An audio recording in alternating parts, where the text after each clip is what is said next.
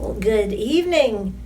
My name is Elizabeth Huntsinger, and I'm here to share with you the story of the amazing Mary Mann house. Mary Mann was a 24-year-old spinster who lived years before the American Revolution. At 24, she didn't want to miss any of the in-town entertaining. She didn't want to be isolated out at Mansfield. So, in town was where she lived, in this fine home she had built here on this corner. Mary Mann eventually did marry some decades later, and prior to her marriage, she had the very first prenuptial agreement recorded in Georgetown.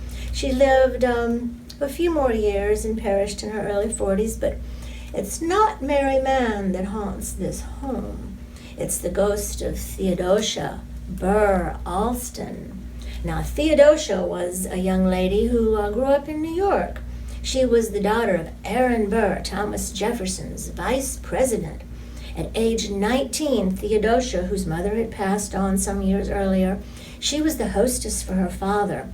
Now, this was in the early years of our country, and the North and the South were very far from each other in more ways than geography.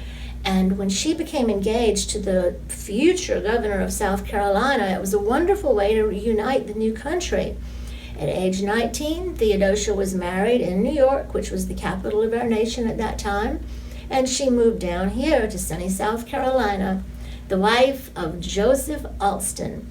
They lived at the Oaks Plantation, which is where Brook Green Gardens is now. Now, Theodosia, she would have probably often been seen with a fan because the heat and the humidity here in Carolina was not to her liking. She gave birth to a son, Aaron Burr Alston, and was a happy young wife for quite a few years. But her father, no longer the vice president, had some political troubles. He was accused of treason. After this, he was accused of murder for killing Alexander Hamilton in a duel. After being acquitted, he went on a self-imposed exile to Europe. 1808, Aaron Burr was back in the United States, and his daughter Theodosia was longing to see him. But the month before he arrived back in the United States, Theodosia's only child perished of malaria. Theodosia was inconsolable. The next month, July, when her father had arrived back in this country, she was not able to go to New York and visit him. 6 months later, just after the Christmas season, her father, Aaron Burr, former vice president, and her husband, now the governor of South Carolina, Joseph Alston, they secured a trip for her aboard the ship Patriot. The War of 1812 was raging, mind you, and Theodosia was a very famous person. It was not safe for her to be out on the sea. Her husband, the governor, was surely not able to travel with her, so her father, Aaron Burr, sent down to South Carolina Dr. Green, a family friend. This way he could escort Theodosia as well as see to her medical needs, for her health was very precarious by this time. December 30th of 1812, Theodosia was to board the ship Patriot. Folks in Georgetown knew that she would not be back in Carolina for a very long time, maybe not ever if her health didn't improve. Not able to leave from Brook Green, or where their plantation was at Brook Green, the Alston plantation, Theodosia was spending the night in Georgetown prior to leaving. She was entertained here at the Mary Mann house. Upstairs in this home is a ballroom, or was. It's now 2 upstairs bedrooms, but on the right hand, the northern upstairs of this house, was a ballroom where Theodosia Burr Alston was entertained, her last known entertainment on dry land. On cold winter nights, she can still be seen, lantern lit, climbing up the steps of this house to attend her last known entertainment, at least on dry land. The next morning, she boarded the ship Patriot, a heavily armed War of 1812 ship, guns at every port. and sailed out of the port of Georgetown and was never seen or heard from again. The mystery of Theodosia's disappearance has haunted Georgetown ever since. She can still be seen even now on cold December mornings, walking down toward the dock to board the Patriot. Now, what happened to the Patriot after Theodosia's leaving is a mystery, and there are many, many answers to this. But which one is the true one? Theodosia's ship was to pass the Outer Banks of North Carolina just 2 days after leaving Georgetown. There is a story on the Outer Banks of North Carolina, in particular Bald Head Island, of a lady running down the beach screaming. Could this be Theodosia? Many years after her disappearance, when people of her generation were dying peaceful deaths on their beds, there were deathbed confessions of pirates.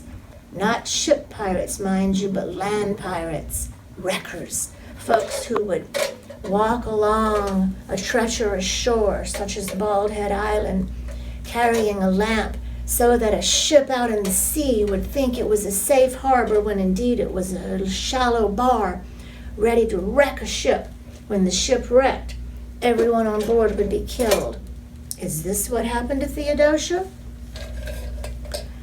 The packet ship Patriot was well known to have been a privateer. Carrying it was a hold filled with many chests of pirate gold. Could this have been the lure that took the ship that was carrying Theodosia? There was another deathbed confession of a pirate who said that he had actually held the plank that Theodosia was made to walk to her watery grave. Could this have been what happened to Theodosia? Even eerier still, on the Outer Banks of North Carolina, are old stories, family stories, of a lady who was adrift in a small rowboat that came ashore carrying a portrait clutched in her arms that she wouldn't let go of. It is said that she settled in a small home on the Outer Banks, never knew her origins, and lived a peaceful, quiet life for the rest of her days. And even eerier still, there is the story of a doctor. In 1869, he took care of an elderly lady on the Outer Banks of North Carolina.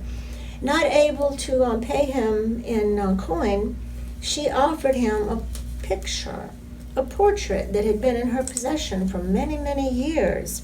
She said she didn't know how it came to be in her home. It had been in her family for quite a few years. The doctor recognized it as possibly being the daughter of Aaron Burr, who had disappeared so many years earlier.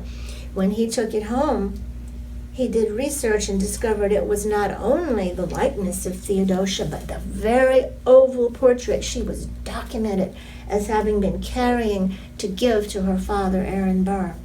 Another story says that the elderly lady was the widow of a seaman on the Outer Banks, and when the seaman offered the doctor the portrait, his elderly wife grabbed it and said, "Never will you take this picture. It's mine. I'm on my way to New York to see my father." All of these stories may be one of them may be true, but which one is false? The mystery of Theodosia may never be solved.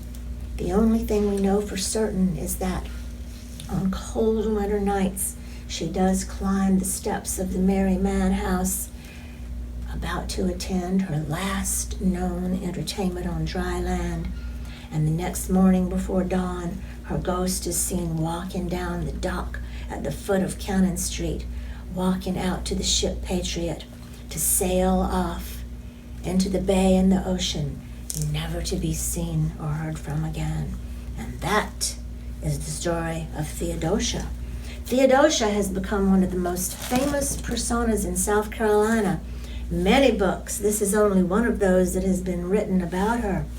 I have even chronicled her ghost story in my first ghost book, Ghosts of Georgetown, telling the story of Theodosia. Poor Theodosia.